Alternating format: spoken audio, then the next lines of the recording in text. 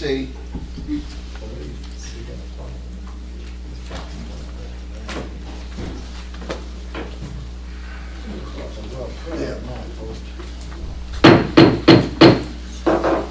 Welcome everyone to our October meeting of the Franklin Town Board of Aldermen. Call this meeting to order. We'll go down the agenda. First item is the approval of the minutes of our September 3rd, 2013 Town Board minutes. And then we got the minutes also from our mid-month meeting, right? That was a continuation, that's right. Of course. Of course. Anybody want to talk about those minutes? Move that we accept. All in favor, raise your hand. Okay. We'll go ahead and try to catch the public session first. Bruce Kohler, for public session. What do you got? Something about school buses? Yes, about school buses. We live just below a hill in our neighborhood, and it's a blind hill. And the school bus stops every weekday at 3:08, right at this intersection. Now it's a blind hill, and people fly over that hill, creating a traffic hazard. So just asking that it is a school bus stop, just requesting a school bus stop ahead. It is a neighborhood where children play. We would like to have children playing signs in there, just to make people aware. What street is it? It's Pauline Avenue. Yeah. So you're saying you'd like to see? I'd like to see some signs out there. Warning signs, caution Yeah, signs. caution signs, you know, the yellow ones. Okay. We can get a, Do we put those up, or does the school? I guess it's in our bailiwick, our jurisdiction. It'd probably be, I mean, I think we certainly could now, whether or not, but yeah, that makes some sense. We can get our men in blue to look at that, and that's a good one. Thanks. Okay, thank you. Shanna Atkins. Promise I'm not here to beg money or anything along those lines from you this evening. Real early for next year. I'm real early if that's the case. Oh, good. You got handouts. I do have handouts. I may have more than enough to go around right there, but if you need extras, please hang on to them. I won't take up much time. I see you have a very busy schedule for tonight. First, let me start off by saying thank you for talking about the funding for this year. I know you all had a hard decision ahead of you with as many applicants for the nonprofit funding pool, and we're very gracious rather for the funds that we were distributed. So thank you so much. Again, I'm not here tonight to raise awareness for any funds. I'm really just here to raise awareness in general for the issue that we're facing at CareNet and this community in large with the issue of surrounding hunger.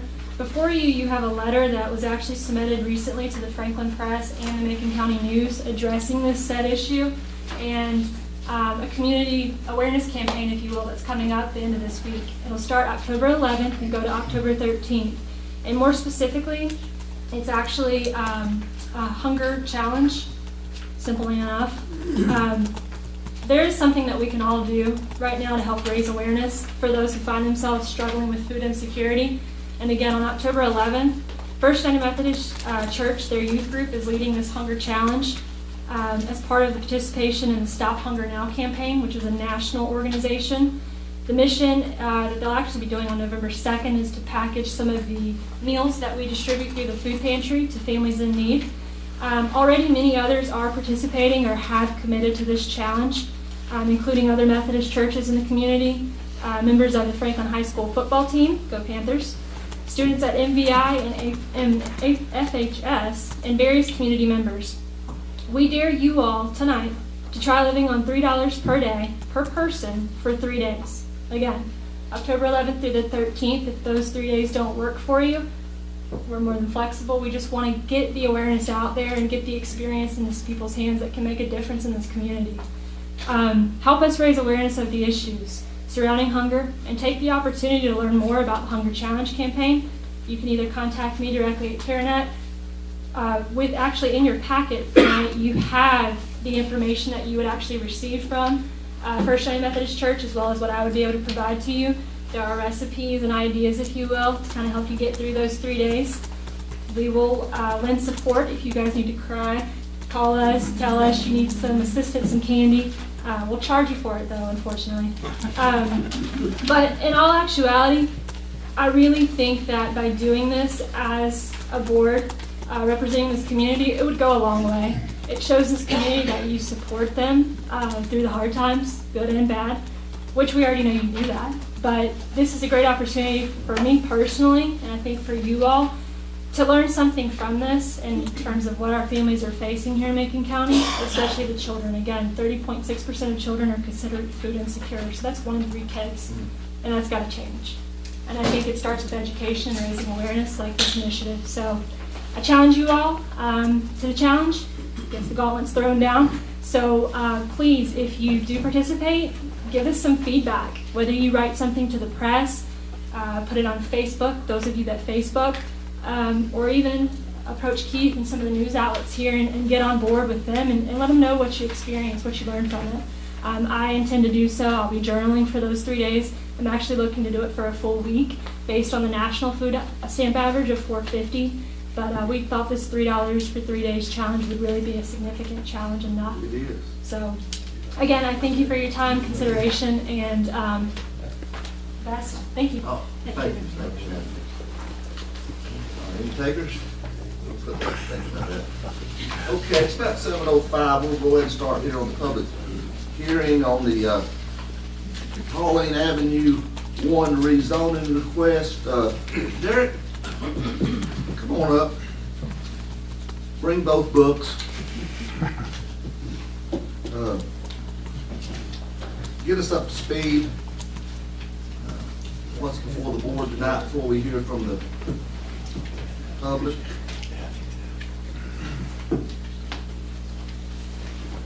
Thank you, Mr. Mayor. To start with, this is the first, we've coined it as Pauline 1. It has been presented to the board and its decisions lingered for quite some time now. Originally, the applications were submitted on May 17th of this year. This rezoning involves 32 parcels totaling 24.97 acres along the Pauline Avenue corridor. Included with your agenda packet is a hard copy of a couple of maps. This happens to be the first one.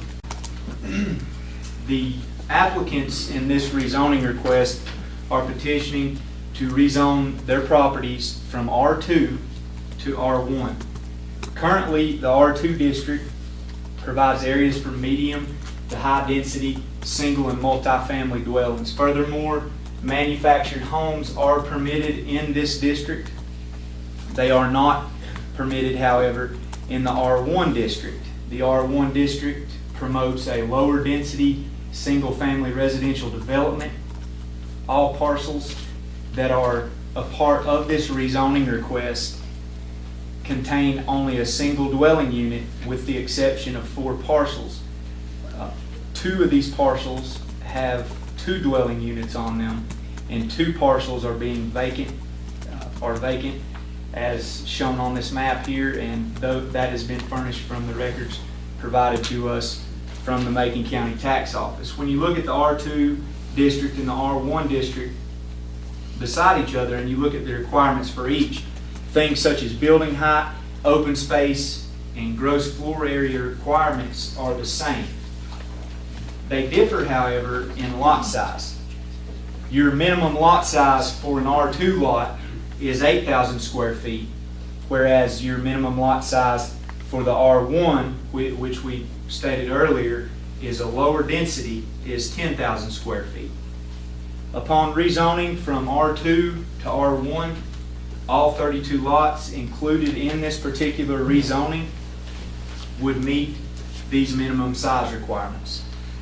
Going back, if you will remember, this particular rezoning had a catch-22. It's something we don't see every day, that 16 of these applications, 16 out of 32, so roughly half of these applications were brought forth by a third-party applicant, Mr. Richard Brady.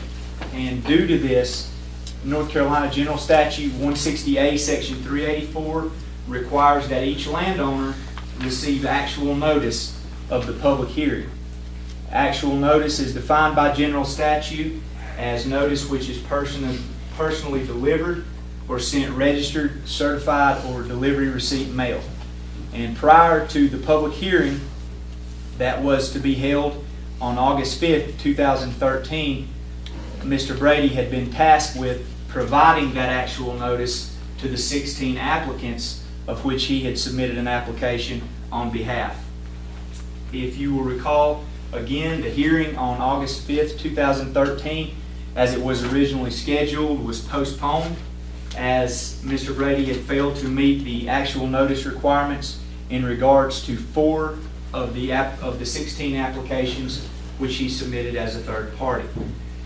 These 4 applications were Deanna Breelove, 2 applications for 2 separate parcels of property for Mr. Harvey Mallard Jr., and 1 application for Miss Donna J. Cookston. Yes, sir. So both applications are effectively wanting to go from R2 to R1.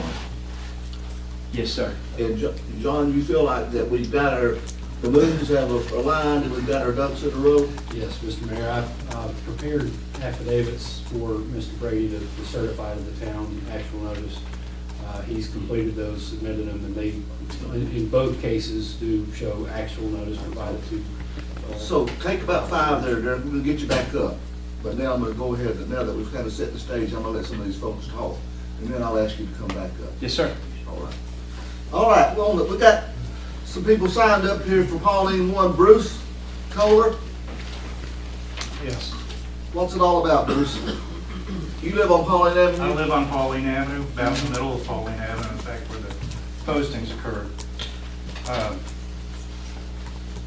But first, I want to say that there is an alderman here that has 2 horses in this race. He's related to 2 of the property owners. I'm going to give him the opportunity. Okay, are we in supermajority? We're not there yet. We're not there yet. I will tell you this, I think our council will tell you, being related is generally not grounds to recuse yourself. Okay. And you can't recuse yourself just because you want to, if that's what you're fishing for. No, I'm just asking at this So point. everybody knows he's talking about me and Aunt Lois. Okay. No, John, that doesn't give you grounds to No. That's, Okay. it's tough That's sitting fine. up here in a small town.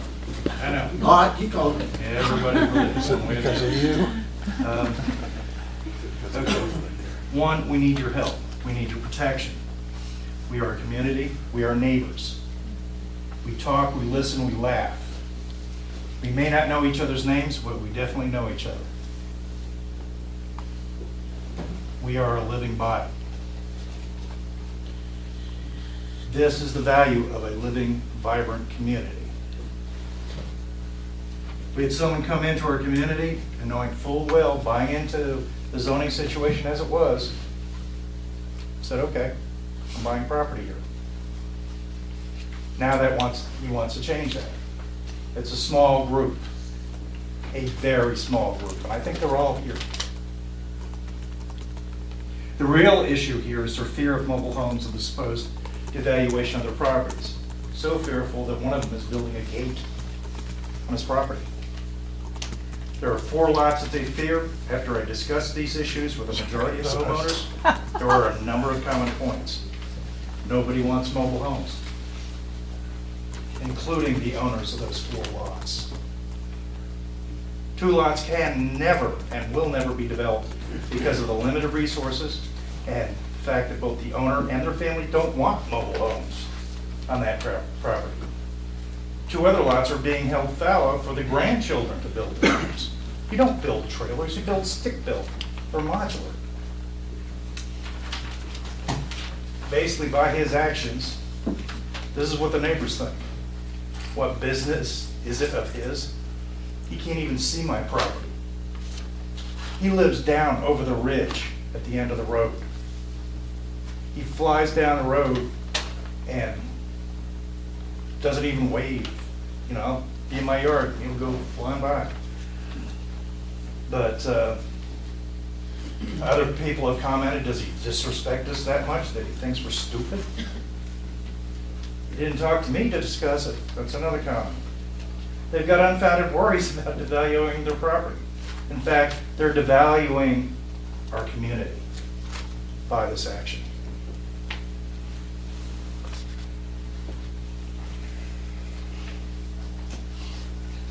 In addition, the law was not followed in regards to the posting of these meetings. North Carolina General Statute 160A 384, method of procedure, subparagraph C. On a zoning map amendment, I'll just ... because Mr. Henley will. But I've got highlighted, the city shall post sufficient notices to provide reasonable notice to interested persons. The postings were in the center of our housing. In fact, one-third of them are on my property. The other third is across the street, and one is on John Lanthorn's. So those that abut the zoning request, and I've got pictures. If anyone is where the postings are. And this is nothing against Derek. He's been doing an outstanding job juggling all the different owners, address changes. But there was so much, things happen. Sufficient postings were not made for all interested persons. Interested persons being those that abut Pauline Estates.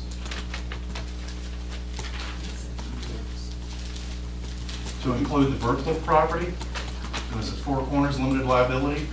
One wasn't done there, one wasn't done on, was it Edgewood?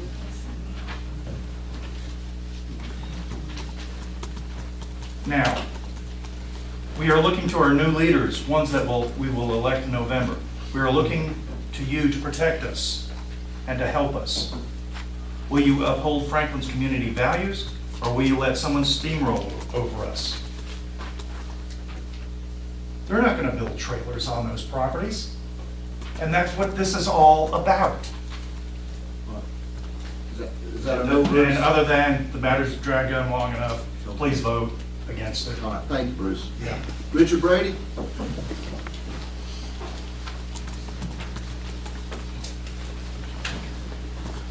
534 Pauline Avenue, and I'm just here to state my position for myself and many other people that I would request that and appreciate your vote to support the zoning request. All right. Thank you. Thank you, Richard. Alderman Cook?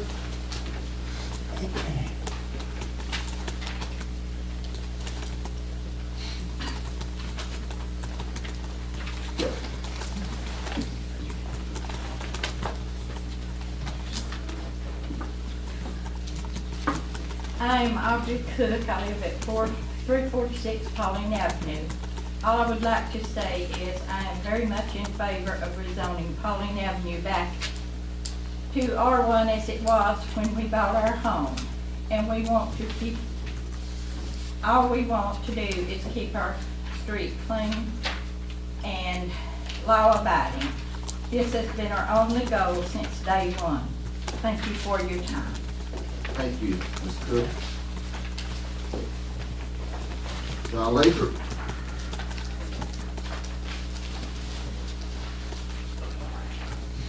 Thank you, Mayor. First of all, on the gate that he was talking about, I'm assuming you're talking about. Yeah, it's a beautiful gate. Okay. I'm putting up 2 post lights on my driveway. I planned 12 years ago, so that's not going to be a gate, but that's all right. I'm assuming that you all are fairly familiar with what we're asking for. We're not against anybody. We were under the assumption that everybody was in favor of what we're doing. We're not punishing anybody, and everybody has their right to object if they wanted to. But all we're trying to do is protect protect the area where we live. There's areas around us, similar areas around us, where whenever a lot is sold, they're putting in trailers. And right at the moment, right now, we have 3 or 4 lots on the road that have not been developed yet anyways, and we don't want them to be putting in a trailer or trailer parks or anything like this just to protect the property and where we are. And this is our only way that we know of protecting the street from having trailers put in it. So we ask that you might go along with our vote on this. I appreciate it. Thank you, John. Anyone else wish to be heard on Pauline Avenue 1? Yes, sir. Get on up here.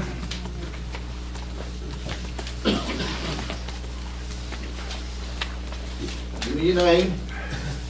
Yeah, my name is Vinnie Rankin. I live on Pauline Circle. Lenny Rankin. Vinnie Rankin. V-I. V-I-N-N-I-E. R-A-N-K-I-N. What you got? I believe you were talking about where the school bus is, that Yeah. hill right at the top. Yeah. It was, how many units were gonna be put on that property, like 30 some? I think we don't know. I think that R1 allows 10,000 square foot requirement. R2 is 8,000 square foot requirement, but then there's setback restrictions, and the way the land lays, who knows how many units a piece of land could actually support. There's a lot of variables, don't know. Okay, well, the property that they're talking about is past where the school bus stop is, where people go flying by. It is a blind hill, and it's a small road already.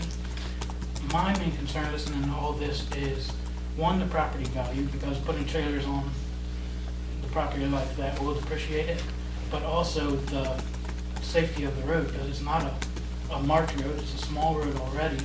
It's almost to its capacity with people coming in and out.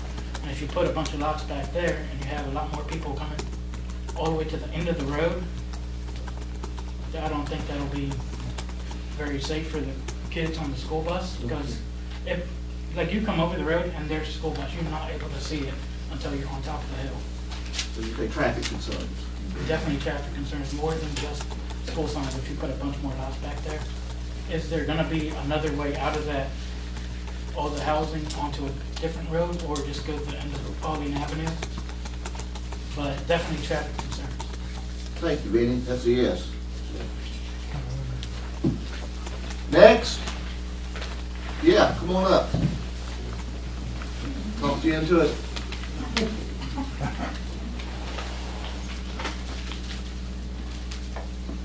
I'm Mrs. Marvin Sebring. I live at 167 Pauline Avenue.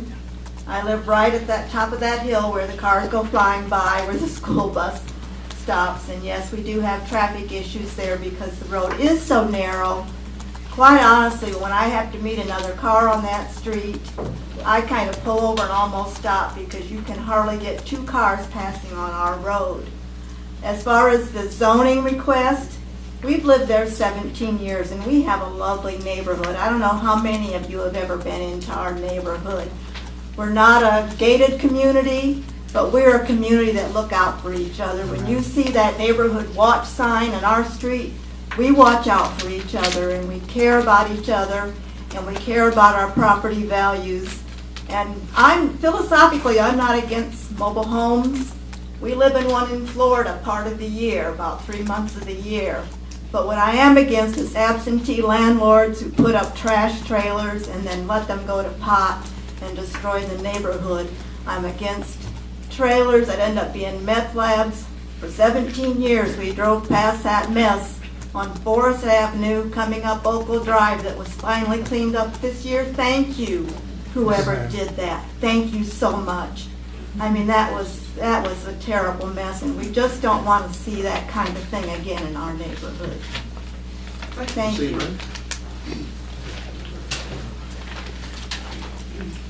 Yes, sir.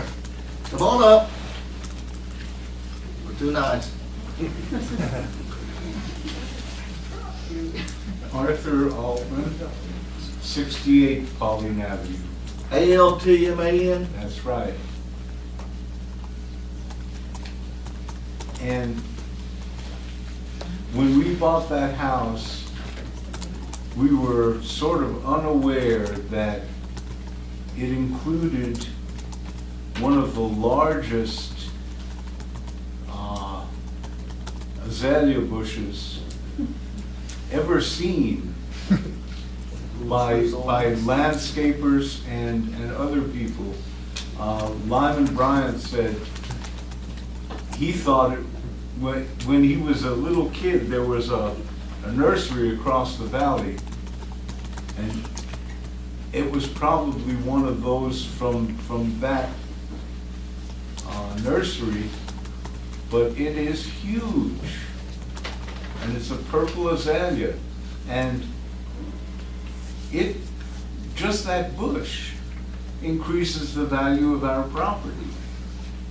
I would hate to see the value of our property decrease because there are trailers on nearby properties. And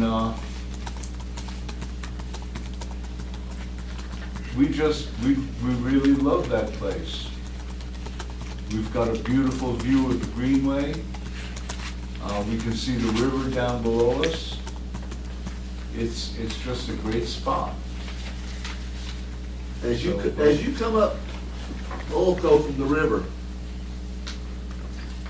do you get on Pauline to your house? Yeah, you're on Pauline. We're right almost at the top of the hill, next to John and Arlene Ball.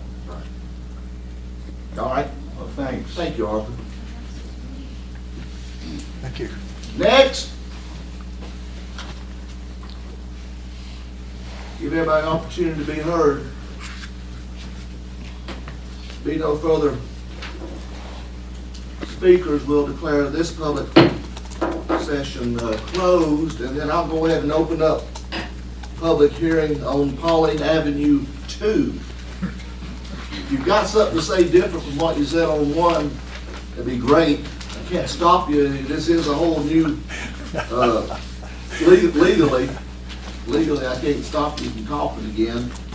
You certainly can say I'll rest on my earlier argument if you want to do that, but Bruce, you're signed up. I'll be as quick as possible. Basically, this regards 5 properties. 60% don't want it. 40% would wind up being non-conforming to the lot size. At least one does. I haven't been able to get hold of Mr. Hartley yet. He was at church. Okay. All right. Mr. Brady?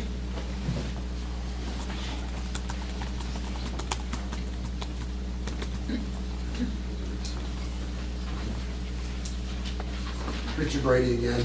On Pauline 2 project here, just in reference to what was just mentioned about the 2 lot sizes being irregular. When Derek comes back up, if you had asked him, that was discussed at the planning and zoning meeting, and if I recall correctly, there was a variance included in their motion at the most recent meeting. In the event that those 2 homes had to be rebuilt, there was an exception, was included in the discussion, and I know the town attorney was at that meeting as well. I just want to make sure you're aware of that. Okay. All right? Thanks, Richard. Thank you. Audrey? No. No? Okay. It's, I'm assuming it's really a yes, you're for it, Yes. but no, you don't want to talk again.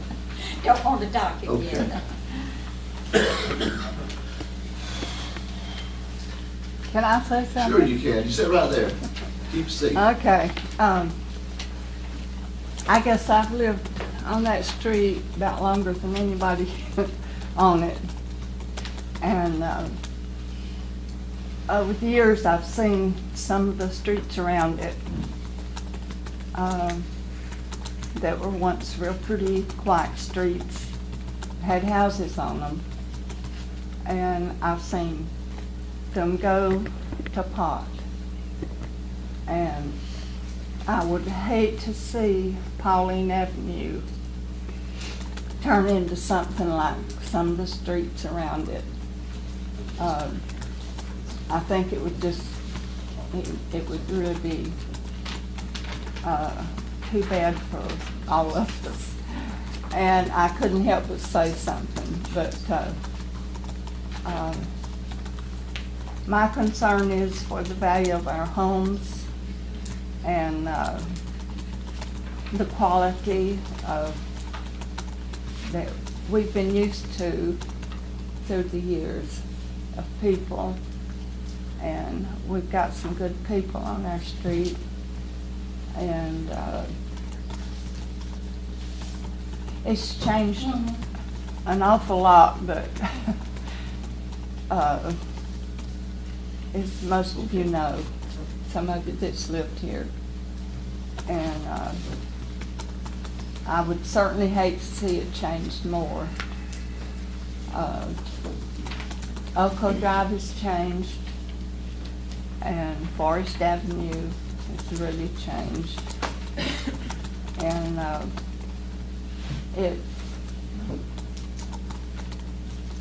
if there's anything that I can do, or any of us can do, to try to keep it like it is, I think it's so important for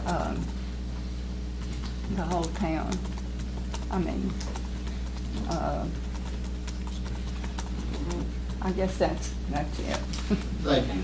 For the record, it's Lois Lathrop. Okay, anybody else? Yeah.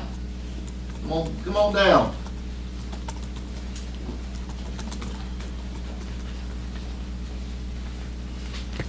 My name is Felicia Nidifer, and I live at 25 Pauline Avenue. So I live at the very entrance. So I see all these people go up and down my road. And it isn't safe. It is a very small road. About 6-7 years ago, we had some people that were having a good time, and they couldn't even navigate on that road and toward the front end of our house off. And they all know because they saw it all open for a while. And it's just a nice little quiet community. Doesn't need to be bothered with a lot of stuff. If you increase traffic at all of it, it's going to be a real bad problem. The school bus goes into our yard several times. I mean, it doesn't even have time to, make way if a car's coming. She's got to really look and be careful before she has an accident there. We're at the beginning of it. We have nice homes up above us at the beginning. Below us, it is not so nice. It's terrible all the way down unless you live up high up above on the right going down towards the greenway. Those houses are hid so they don't see anything. But before you get to that greenway, it's terrible. It's terrible. The housing is not kept up. It's rental trailers. Everything's overgrown. Stuff's out in the middle of the road. There are people walking, staggering all the way. And this is just, a stone's throw from the greenway. It does not look good on this town at all. It's terrible. And, if we just continue, if they want what's below my house, let it come in. And if you don't, if you want a nice neighborhood and you want Franklin to continue to look nice, then that's what we need to do. We need to up our standards here. So I don't know, we pay plenty of taxes, and we own a local business here. We love it here. We want everyone else to enjoy the city like that we have. We've been here for 15 years. We continue to be here for a long time, and that's what you want, It's not nice below us, above us, it is. And if I can petition for y'all to build a big wall up there, that would be real nice too. But if you ever get a chance to look up through there, it could be really nice. And as I heard, it was nice at one time. We need to put people up to better standards of living, keep our town nice. Amen. Thank you, Felicia. Next. I'm just curious, come on. I've got a little something to add. Years ago, when Claude Crunkleton was down below us on Oakville Drive and farming his little bit of the valley there. That whole area was beautiful. There were no trailer parks. Claude and Bell, their boy Chucky would go give it a shave, mow the lawn, and he just loved doing that. And I hate to see what has happened down there on Oco Drive, and I double hate to see it happen up on Pauline Avenue. Thanks. Thank you.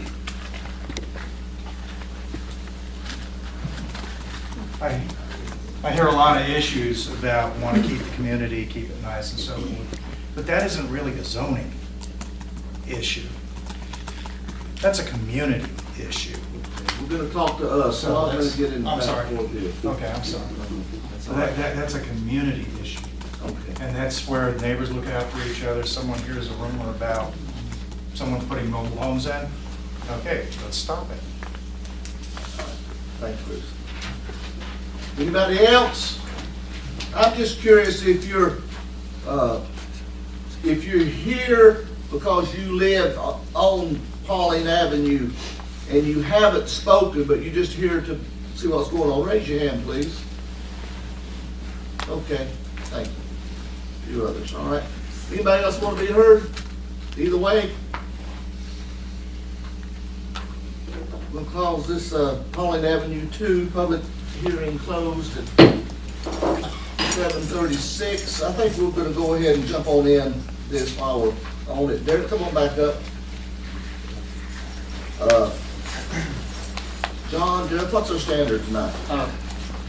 Mr. Mayor, first, just real quick, I'd like to clear the air to the board with respect to the posting of the property. In their infinite wisdom, somewhere down the road, our state legislature found that posting the actual notices on the property would not be enough to provide notice to everyone.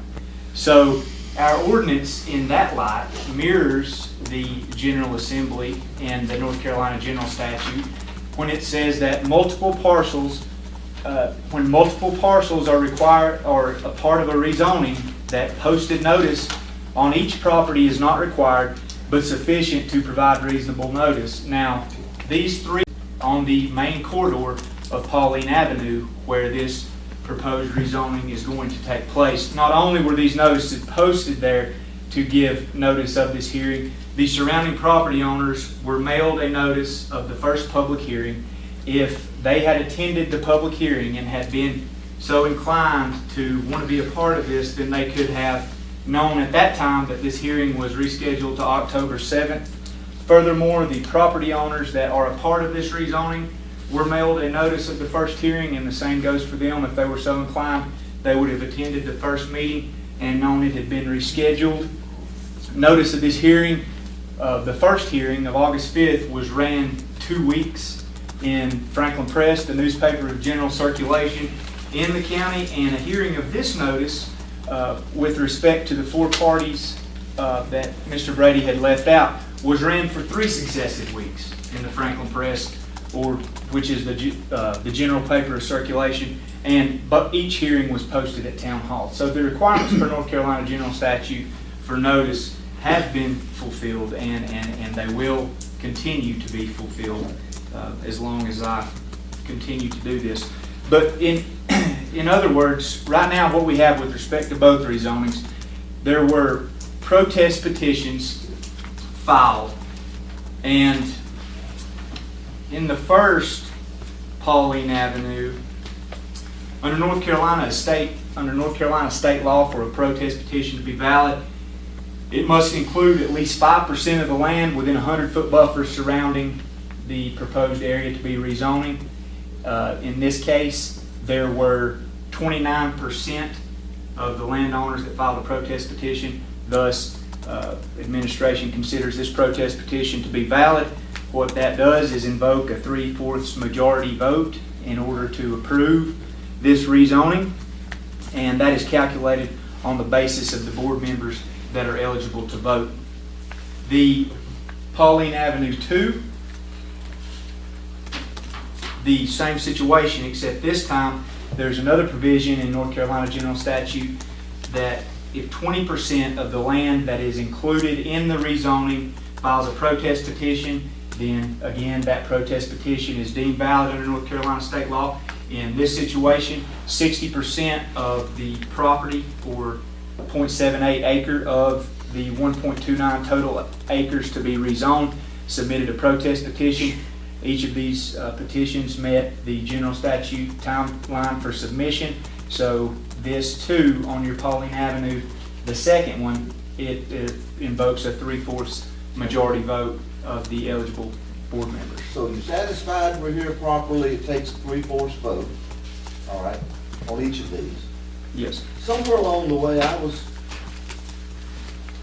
is it true that if it goes from R2 to R1, are there 3 lots that are subsidized or not? On the Pauline Avenue 2, there are 2 parcels that each measure 9,523 square feet in area.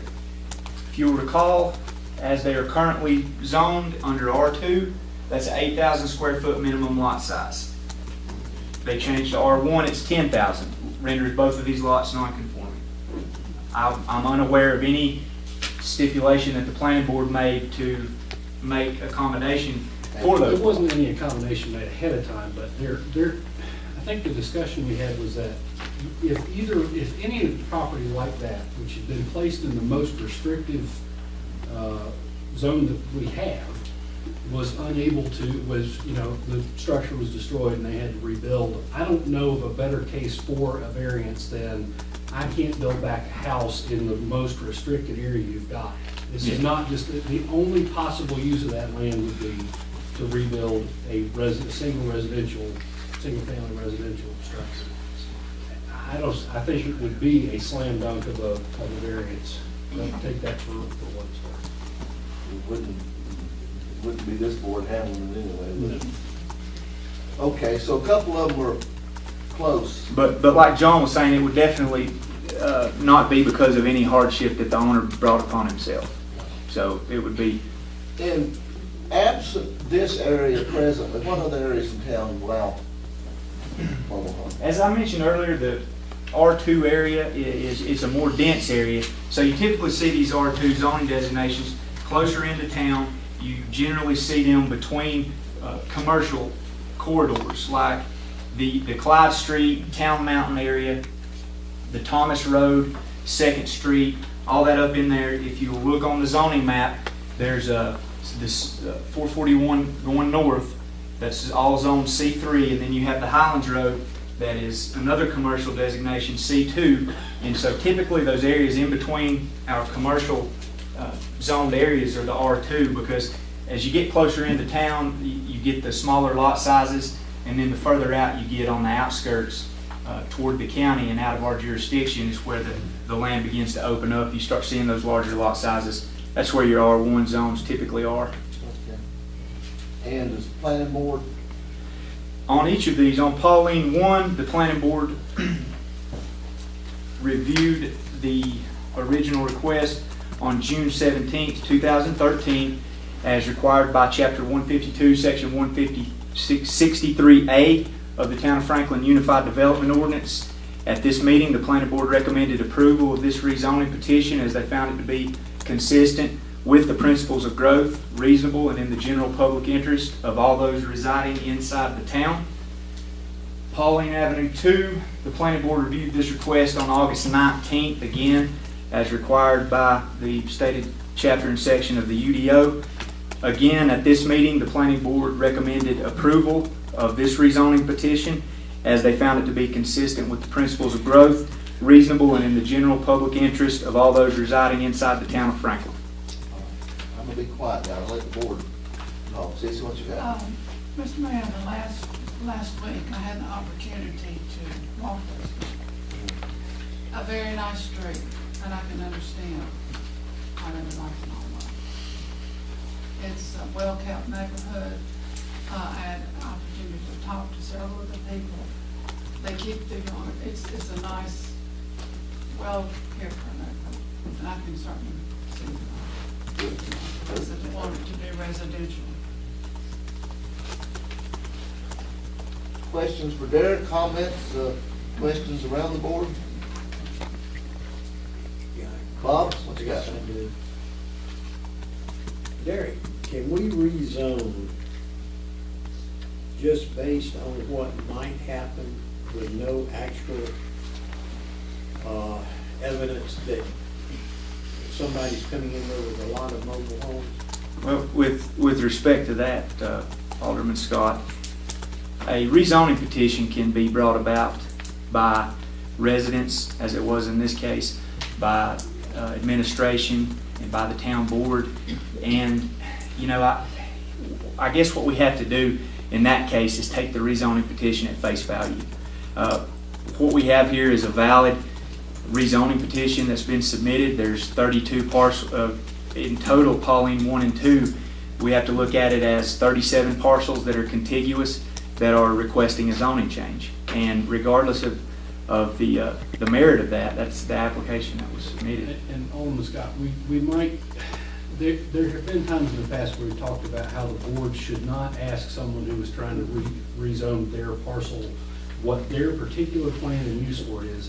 But I don't think that's nearly the same thing as saying what are all the possible uses if we rezone a large area. I don't think you're in the ballpark of that problem. Okay, but just about all that property is already R1, is that right?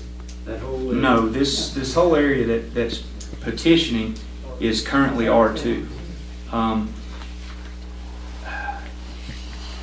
But I mean, But it meets R1. yeah, but it's Right, it does, with the exception of those two parcels. And basically, when considering a rezoning request, the main thing, and as per North Carolina general statute, the board has to decide whether it is the action that it's going to take is consistent with the principles of growth that we have adopted to, and what those are intended to govern our land use decisions. And all zoning decisions, rezoning requests, need to be decided in that light. And the planning board has discussed this and found it to be consistent with that, as it offers different housing options throughout our municipality, which is a pillar of those. This is not a 100% of all residents wanting this rezone.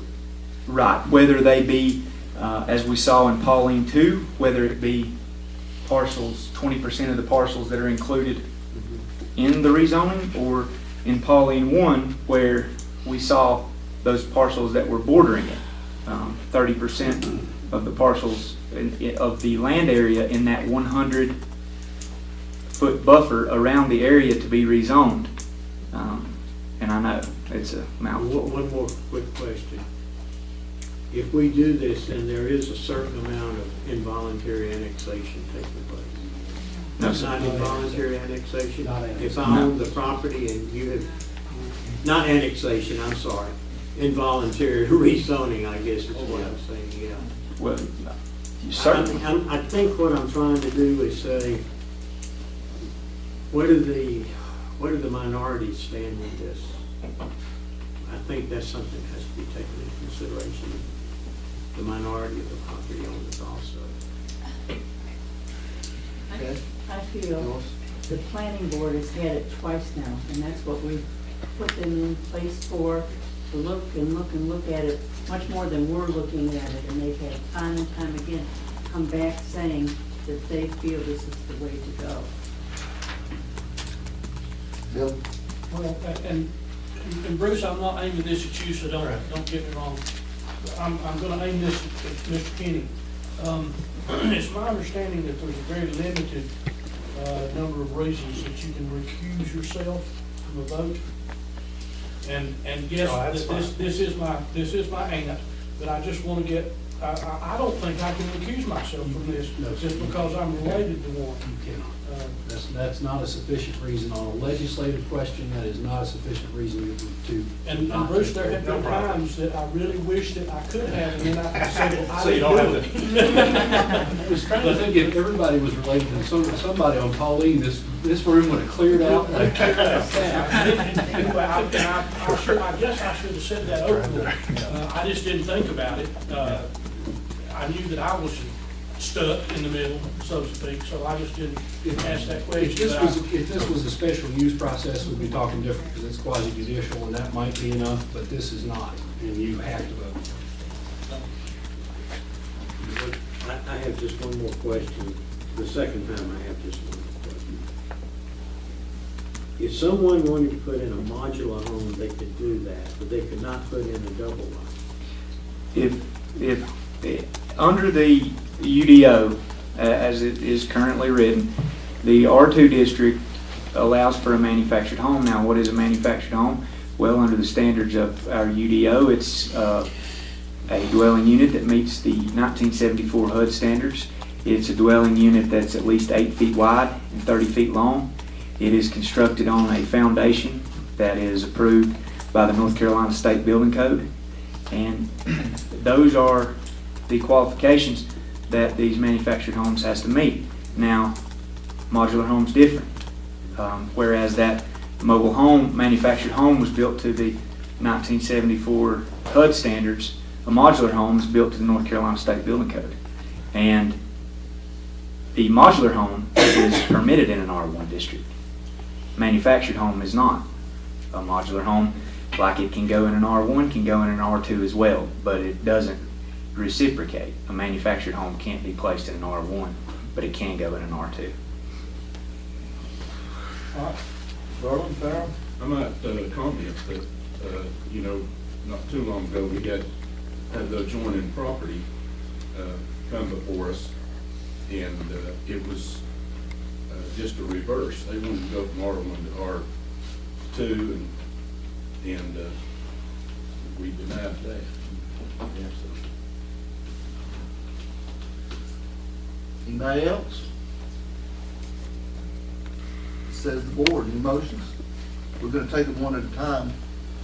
Obviously, on the Pauline one, I guess would be the one to talk about first. We have a motion. I make a motion that we go from R2 to R1. That you approve the request. Approve the request. I'll second. R2 to R1. There's a motion. I'll second. Any further discussion among the board? All in favor, raise your hand. Opposed? That's 5-1. On Pauline Avenue 2, any motions? I make the same motion that we approve going from an R2 to an R1. Is there a I'll second? There's a motion second. Any further discussion? All in favor, raise your hand. Any opposed? That passes without objection. Those two pass. Thank you, Derek. We're going to be at ease for about 5 minutes.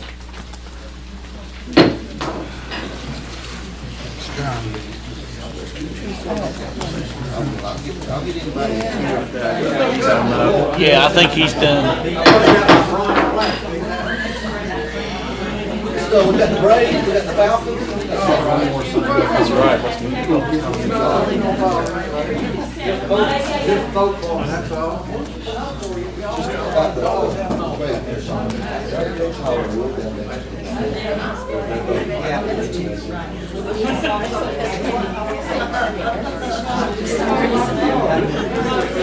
Hey Bob, what do you have? Go. All right, we'll go back to persons to be heard. Peggy Huskisson. Peggy?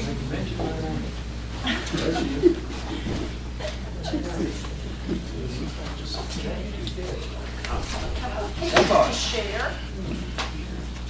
My name is Peggy Huskisson. I am co-administrator for my dad's estate, Gene Huskisson, the William Gene Huskisson estate. The land adjacent to the Nikwasi Indian Mound was purchased in the late 60s and has been in the Huskisson family for nearly half a century. My parents, Jean and June Huskisson, worked diligently to carve out a family business that had positive impacts on Macon County and the town of Franklin. My parents were patriotic and dedicated to fostering a business environment that provided jobs, yet still maintained and honored the sacred grounds of the Nikwasi Indian Mound. I still uphold that sense of sacredness to our Cherokee Indians. Unfortunately, today, I must bring your focus to another type of enterprise that has a very high impact focus for us because it is a wood cutting operation. I say high impact due to the following reasons. First of all, it is an eyesore. It shows very little respect and honor toward the sacredness of the Indian Mound. If the operation is so enhancing, then I might ask why the landowner has leased it out directly behind the Huskisson property rather than behind his own property. I don't think it's that fostering of a good business enterprise. Safety and pollution issues also concern me. I think pests, critters, rats, snakes, spiders, and other insects might be drawn to this sort of environment. I'm also concerned about the aspects of fires that might happen amidst all that firewood. I do not see how the surrounding buildings could be left unharmed should there be a fire down there. I have photographs that I'd like to I'll start with you, pass them that way, that do show chunks of wood that have rolled into the foundation of the Huskisson building, and I'm surprised that those chunks of wood could not also roll directly into the street, possibly causing accidents. It's a really, really high wood stack. There's a town park, as you well know, very close by, and what's to keep someone from venturing, possibly a child even venturing close to that, and it do fall on them to say. I do not know why the Huskisson property has been used to refuel, gas up, and oil chainsaws. As you can see, there's been spills on the asphalt there at the Huskisson property, rather than that being kept where the land is being leased.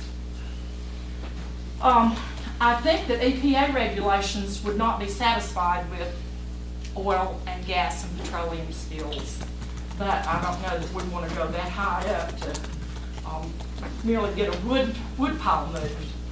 The third thing is the noise nuisance. At this time, all of the tenants of the Huskisson commercial rental property have complained of how very noisy the wood cutting operation is. This noise pollution is unbearable. I have been there with all those chainsaws going, and the decibel level is really, really high. One tenant has rented the same office space for over 40 years, and until now has never voiced a concern. Another tenant is giving up and moving due to the noise issues. If you were looking to rent an office space, I think you would have second thoughts due to the decibel level of the chainsaws and witnessing the unloading of the huge logs. I would like to request that the town aldermen and zoning officials investigate and initiate rules that take into account boundaries between high impact, wood cutting, wood chopping, versus low impact businesses such as the acupuncture, the insurance agency, the barber shop. Additionally, I would like to request that noise ordinances be reinstated by the town of Franklin so that low-impact commercial properties are not overwhelmed and bullied over by the high-impact, noise-polluting businesses. Thank you very much for your time and consideration. And I didn't think there were questions. I'm not an expert on this, but I can tell you, you've requested that we look into it. Believe me, we are, we continue. Sometimes the tools are not precisely there that gives you every remedy. But we're doing the best we can, honestly, we are. Well, it is not rent, I guess some people maybe think that the Huskissons are renting that, but we are not renting that out. It's owned by another landowner, and, you know, it's just so close. I think those pictures probably show you some things. Additionally, there's a huge hole. I don't know if it's a sinkhole, but it's covered up with all the wood right now, tons and tons of that firewood. And that might be something that you might want to consider too. I don't know what you can do. But please, I'm pleased that he's doing so well, but at the same time, I too have a vested interest in the commercial property that's there too. And it's sad that one set of businesses are negated by some other set that's just moved in unexpectedly, I might add. But thank you very much. Thanks, Katie. Dan? No preamble, just get to the point. It better be something different, Dan. I've been asking for the same thing for a year and a half now, and I think I've figured out what the problem is. The problem is you don't have a clue in the world what I've been asking for, because last month you're talking about Dogwood Avenue. I never mentioned that in my lifetime. And I don't want to ruin your night or nothing, but there's no Dogwood Avenue in the town of Franklin. And what I've been asking for was to clean the block up. That involved 441, that involved Maple Street, that involved Dogwood Drive. I just can't see what the problem is. I want to get the place cleaned up. It's October, the tourists are here. I'm talking about all that wood along the road, the mess along the road. Why can't we get it cleaned up? I drive down Old Murphy Road the other day. There's 11 guys I count standing there all day. You got 5 trucks out there. You got plenty of people. I mean, we're done. I mean, would it kill you all to clean the place up? I'm watching on the news not long ago. They had a big story about Gary, Indiana. What a dump that place is. You ever been through there? It's terrible. And they had the big news story. The whole town, everybody got together and they decided to clean the place up. And they were just doing a great job, see, like, you know, about time they cleaned it up. And it'd be nice if the people here in Franklin got together and cleaned up the place a little bit. And I mean, you're trying to be a tourist town, and you got all the people on the payroll, you got the trucks, you got the equipment. Why can't we get it cleaned up a little bit? Is that big of a deal? Thank you, Dan. You know, would an hour's work kill anybody here? Thank you. I understand there's a couple other people signed up to be heard. Yes. Come on up.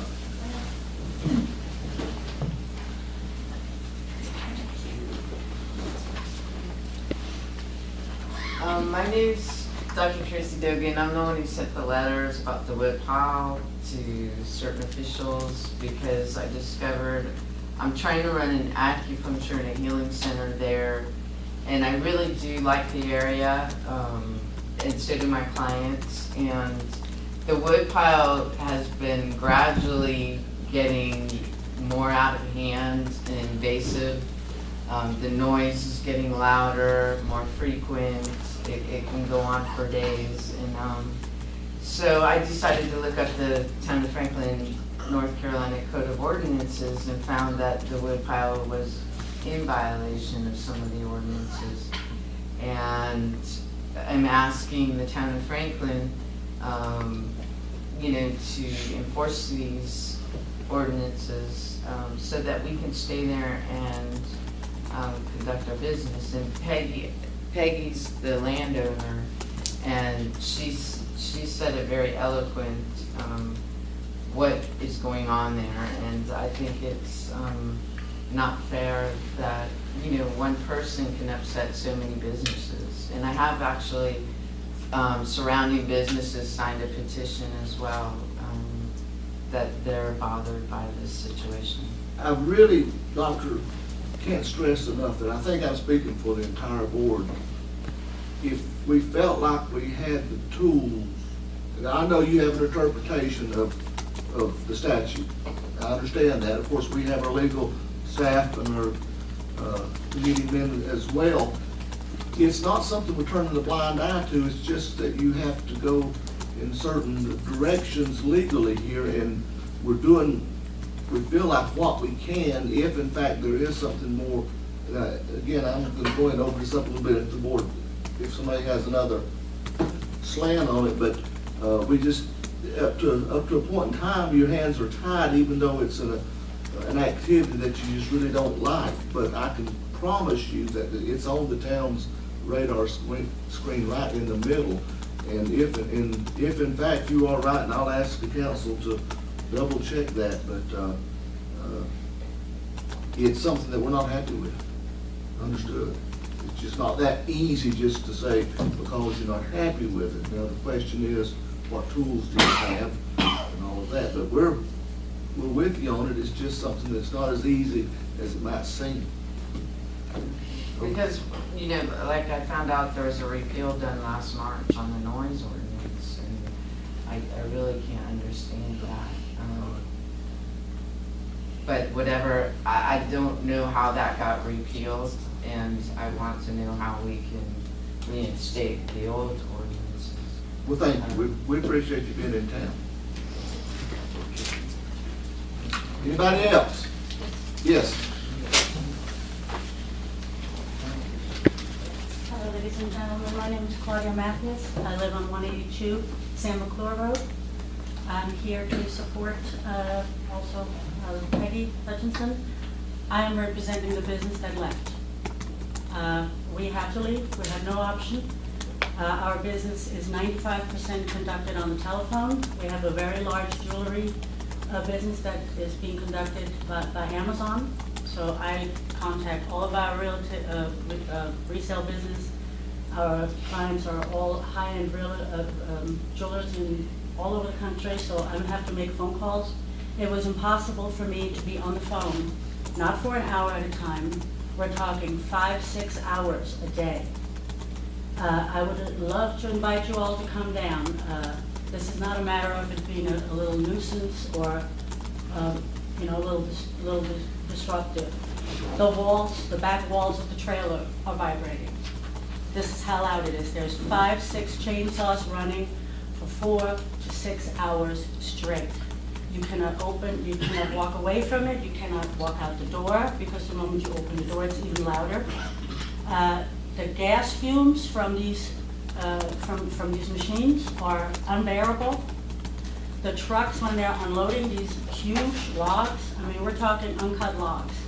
When they're unloading them, and they're unloading them behind a trailer where the wood pile at times is larger than the trailer, is frightening to say the least. As a business person, I have to tell you, I don't have customers coming to my business. I'm lucky. But it was impossible for me to do my job. So we had no choice but to leave. And we just moved in there in May. It was very sad because we liked the place, we liked Peggy. We took a whole new office in Franklin. Both the owner of the business and myself just moved to Franklin a year ago. We loved the town, found it by accident, fell in love with it, fell in love with all you people. We want to have our business here. And I can tell you as a new resident to drive into town, and that's the first big thing you see, it looks it looks a mess. You have the beautiful greenway on the right-hand side and you turn your head and you see a mountain of wood. I know it's on your radar. Maybe I can give you a little more ammunition because I'm also a Homeland Security certified rescue worker for disasters. I've done rescue for major disasters for the last 20 years. I've worked every single major storm in the United States on a national level. I can tell you that between Hurricane Katrina and Sandy and all the other major storms that I've worked in, if you have a microburst, a tornado, or a hurricane in this town, and that catches wind, you will have 5,000 to 10,000 bullets flying down that highway. There's no way that they can move. If a tornado or a microburst happens to be in that area, there's no way that they can move that wood in time or secure it. And those logs weigh, what, 3 pounds maybe? It doesn't take much. If that goes flying and the town of Franklin is aware and has not been able to secure the situation, I can guarantee you, because I've seen it in New Orleans and I've seen it in New Jersey, the town will be held liable for not doing something about this. So that might be a little bit of an ammunition that you will have. It's not safe. Thank you. Thank you, Claudia. Anybody else, persons to be heard? Okay, we're gonna start doing some cross-country here. Let's see, we've got, let's go to K, water tap fee. Sheriff Holland, we're gonna try to take care of yours if you don't mind. Hey, I appreciate that. Team Umizumi's about to start. Do we need anybody to give us a preamble, Warren, or anybody, or Robbie, you want to work? I can. Yeah, what do you got? Robbie'd actually approached the town about hooking on to a water line that runs up to the shooting range there that belongs to Macon County that's adjacent to the old landfill property.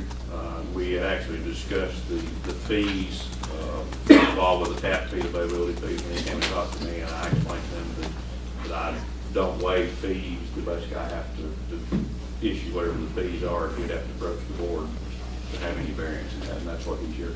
He's asking for a one residential tap, which would be a 3/4 inch. It's $2,400 for out of town tap fee and a $700 availability fee for each.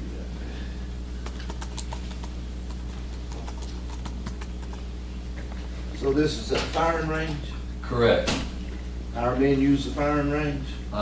Hopefully they will be soon. We don't get put on the waiting list and that kind of stuff? That could happen. Realistically, if Highlands Police is planning to be there tomorrow to do their qualifications, and of course they won't be able to. A little bit. First of all, this started back in 2008. This has been an ongoing process for the Sheriff's Office. In 2008, of course, the economy was going south, and we were looking for efforts to try to save money. We were asked by our commissioners and our county manager at the time to look for ways, just as you all advised your town, your police department. One of the efforts that we approached was the possibility of building our own range, because all of my officers, figure 58 employees, are having to go over to Silva. All those employees are being paid overtime to spend 8 or 10 hours being certified, qualified for their firearms certifications, because we didn't have a place locally.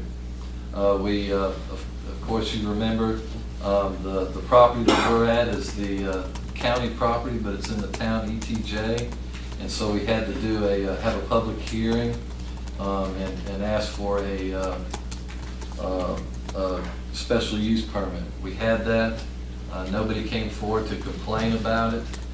The only concerns that you all had as a group is you wanted to know if we had talked to neighbors. We did. We sent the letter out to all the neighbors. The other concern that was brought up, which we addressed, was there was a church that was close by.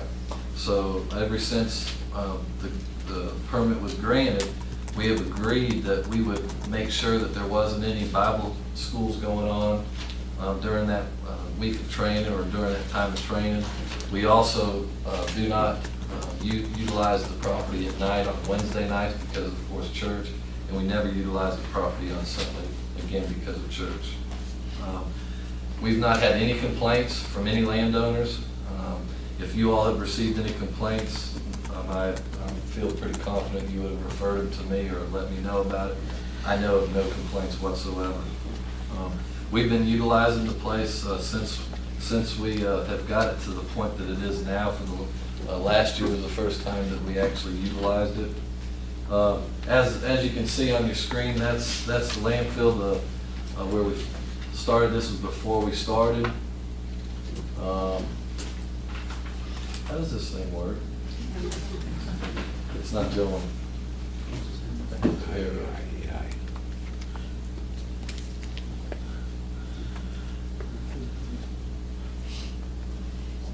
Okay, what did you just? I don't know. That's the truth. Okay, now we got it. Okay, this is before we started on the project. We started digging, and I'm gonna go through these pretty quick, just for those of you that haven't been out there. What we were doing is we were utilizing my officers as well as inmates to do this work on the property. This is where we have our shoot our long guns. This is where we've do our handgun. We have 10 lanes. Ooh, she's shooting him.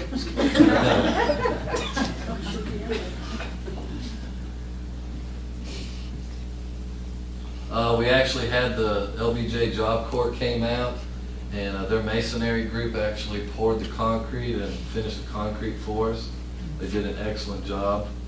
It's an 85 by 75 area that's fully concrete. Inmates were out. This was just last week where we were building the decks onto the classroom portion building that we have. We've also have completely fenced in the area now. Last year we talked with the power company about bringing in power. They told us what we needed to do. They asked us to build a road. So my officers as well as inmates went in with bulldozers and built a road. Then once we got the road built, that's when they decided that they were going to charge us a fee for the wire. And at that time they charged us $7,000 to run the wire to that pole.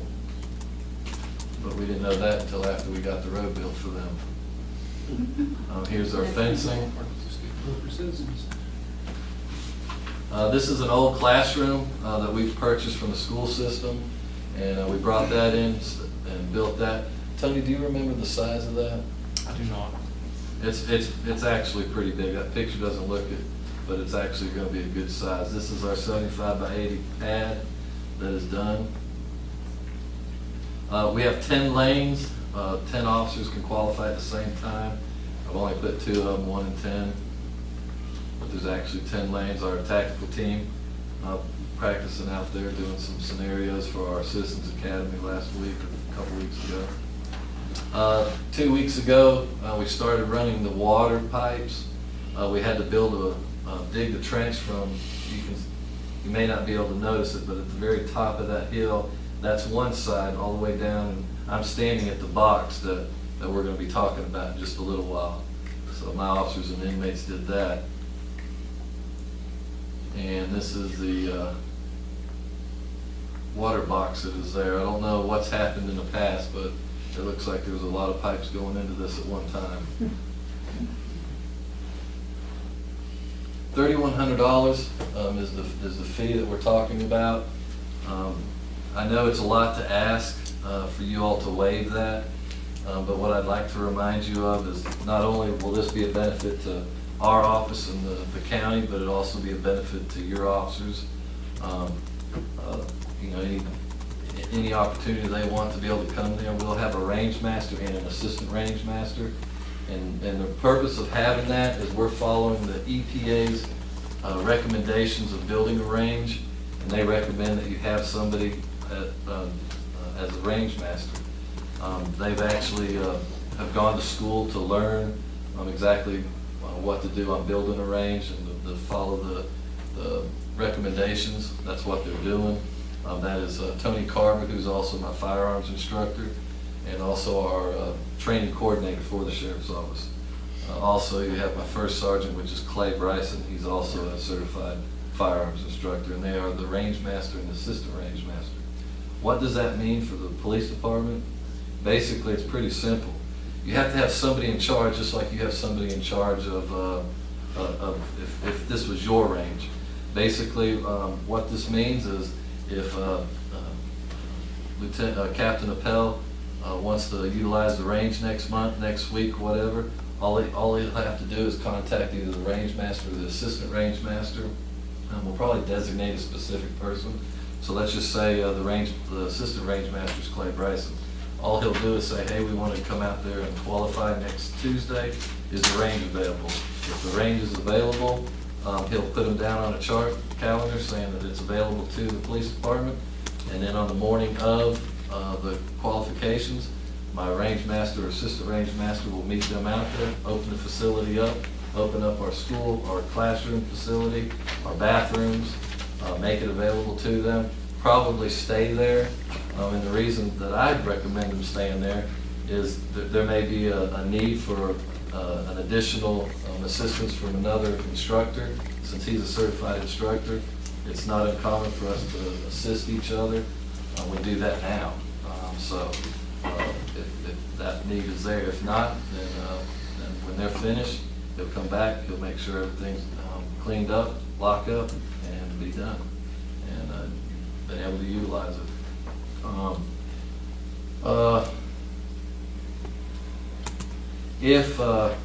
I would like to say one other thing, if it looks like it's not going to pass to where you all waive the fee, I'd like an opportunity to say one other thing, but I'd like to wait to.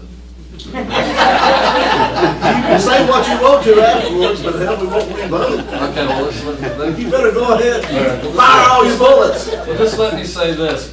Some of you sitting on this board, and I think with the support of all of you on this board, have called my agency numerous times. In fact, I can tell you 99 times, or been involved or know of various times where you, of course, you all know that we have an inmate work crew. And that inmate work crew also has officers that are assigned to it to babysit inmates. And we go out and do various work projects within the community. And we've done at least, names that I can show you, 99 different projects within the city limits. And if you were illegal dump sites, people dumping stuff, they've called us and said, hey, can you come and get this? And we bring inmates out and we haul it to the dump. Just various projects. The Indian Mound, I know that's a sore subject, but the Indian Mound, there's been a couple of years where we actually do that. Correct. So what I would do is I would respectfully request that you all seriously consider this. This is not only a benefit to my officers in the county and to myself, but it's also going to be a benefit to your police officers as well and your police department. And would ask that you waive that fee. All right. We've spent about, one other thing, we've spent about, I'd say, close to $40,000. And when we first initiated this, there was discussion amongst some of the elected officials where there may be a possibility in the future that because both agencies are actually, Highlands Police will be able to use, all Macon County law enforcement will be able to utilize it. But talked about the possibility of looking at assisting with some of the funding. Like I said, we've spent about $40,000. And this is the first time that we're coming to you and asking you for anything. And we're really not asking you for the money, we're asking you to waive it. If you choose to not waive it, then I would turn around and say, then on behalf of the police department, would you pay it the $3,100? Since they're going to be able to utilize it too. Yeah. Calm down. Sit down just a second there, all right? You're okay, Robbie. We're okay. Yeah. Oh, no, you're looking at him. No. You said I wasn't going to be able to. No, I wasn't on that call where I said him. The 3,100 you get there, how much is tap and how much is availability? The tap fee for out of the city limits is $2,400 for the tap and availability fee $700. If you were inside the city limits, the tap fee would be half, that would be $1,200. But it don't cost twice as much to put the tap in. Now, let me jump in. Jump in. And I'm gonna defer to Mr. Curtis too on this, but let me give you just a little quick history on this. This water line that they're talking about, that they're wanting to hook into out there at Lake Inman, was installed by the county. At one point in time, everybody's wells out there were failing in that neighborhood, and the reasoning we were given at the time was leaching from the landfill. The county was able to get a grant to run water from the town's water system out there to all these different homes. In with that grant, the town agreed that instead of charging outside fees for the water taps, we would charge in-town fees for the water taps. So each of the water taps that were done out there, the county paid the town $1,200. And they had a list of all the homes and stuff that these water lines were running to. When that water system was put in out there, then the county just stubbed off a line that Sheriff Holland's talking about that went up into the landfill. So I guess as part of that project, even though he is outside the city limits now, we allowed the county to hook everybody they needed to up in that general vicinity out there for $1,200. That was how much the in-town tap was gonna cost us, or cost them. The county did pay that fee for all those homes that they did hook up out there. So we did get tap fees on that. So if it helps anybody, if it makes anybody feel a little bit better, let's say we're gonna forgive the in-town $1,200 instead of a $3,100 out of town rate.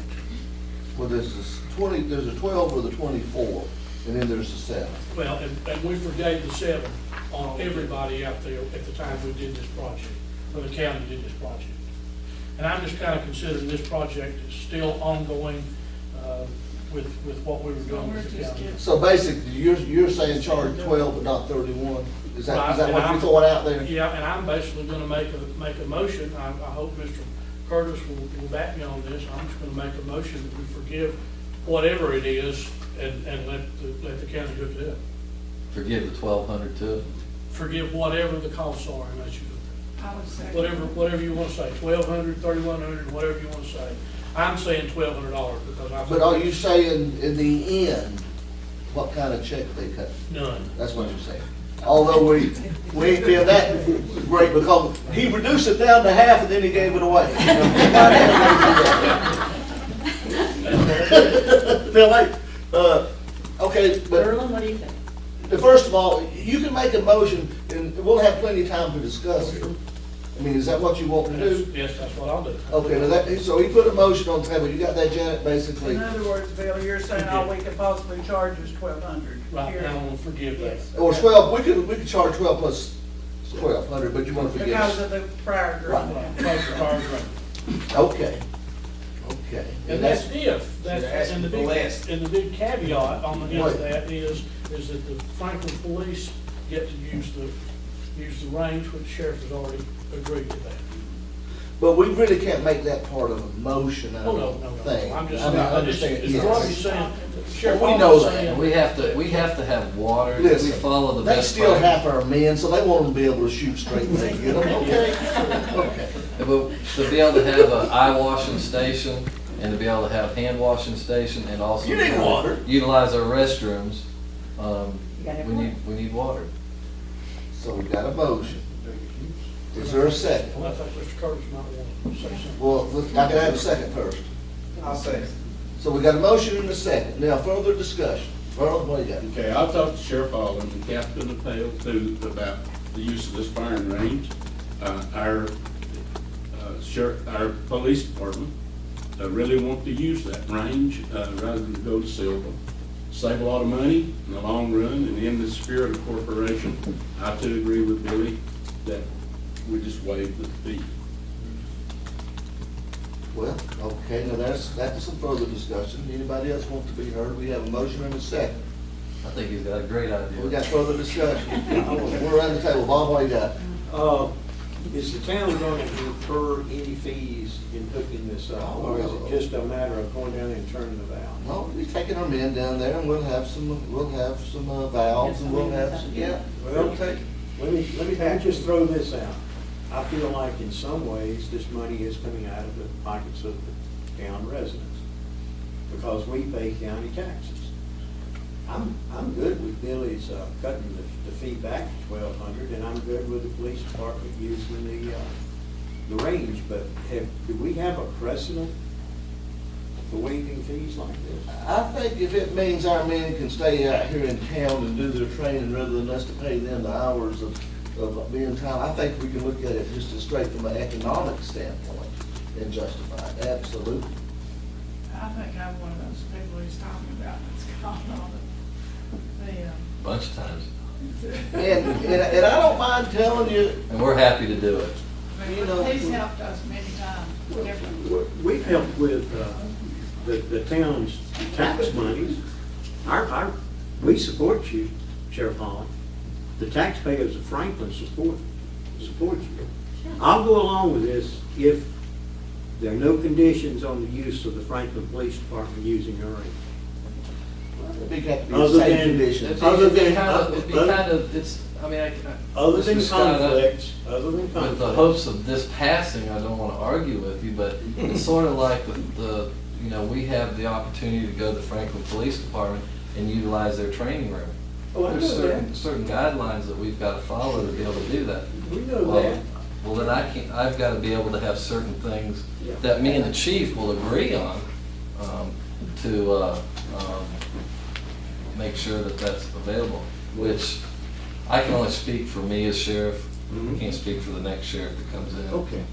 So we've got a motion, we've got a second, we've had some discussion. Is there any further discussion? Yeah, I'd like to say a couple of things. I think that, you know, that over the past, especially the past 4 or 5 years, there's been, you know, just a continually improving cooperation between these two agencies.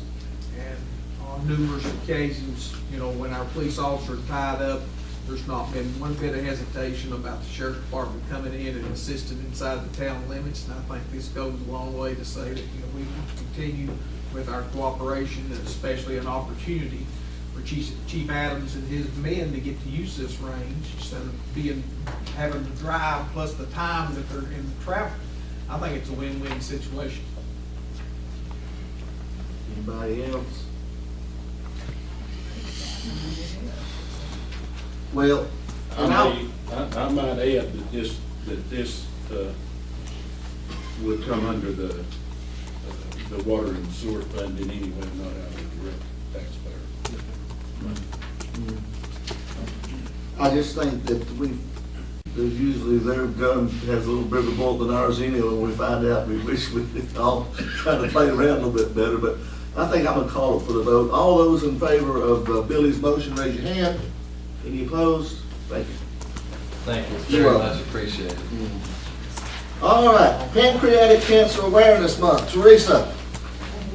And I'm gonna bring Barbara with me too, because she's on the committee. All right, Barbara and Teresa. We've been asked, we've got we asked the mayor to sign a proclamation for Pancreatic Cancer Awareness Month. What's the executive summary? I'll give you a minute or two if you want to. Well, basically, I want to say thank you for entertaining again this year, like you did last year, recognizing November as Pancreatic Cancer Awareness Month, specifically November 15th as Pancreatic Cancer Awareness Day. We feel that pancreatic cancer is one of those cancers that doesn't get a lot of attention in terms of research and funding, and the best way to do that is to bring it forth before people and to promote for education and for people to understand the need for awareness of pancreatic cancer. I will tell you, just tonight as I was sitting here talking, 2 people around me told me how their lives had been touched by pancreatic cancer. And so it is something that most of you all know all the statistics. I will say that my sister-in-law, Diane Ramsey Forsythe, as of right now is cancer-free. But pancreatic cancer is something that we just really need your support in. By signing this proclamation, we're hoping to host again on the 15th of November downtown an event that will start at 5 o'clock. And it's strictly, like I said, just to bring awareness. And we appreciate and would appreciate it if you could come to this event in the event that you are going to approve it and sign it, and I'm hoping you are. But anyway, thank you so much for entertaining. Thank you, Teresa. I've got a proclamation, it's got several whereases, but it basically starts over 42,000 people will be diagnosed with pancreatic cancer this year in the United States. And over 35,000 will die from the disease with incidence of pancreatic cancer. And they're asking that it says the Macon County Board of Commissioners. I'm assuming that could be construed to be the Town of Franklin Board of Aldermen. If you're going to ask me to sign a proclamation on behalf of the board, get it right. Actually, there's two. Tomorrow night, we are going to the commissioners, and tonight there was one for the If the board is Aldermen. so inclined, I can sign this one for show, and then they can bring back the right one, and we can do it later. Is there a motion? Make a motion. Is there a second? All in favor, raise your hands. Come on around here. Come on around Yes, you here. do. I apologize, I didn't see it. I just caught it too. My mother And is wrong. Teresa, you don't get caught much on those things. I really don't, you're right. All right, pancreatic cancer.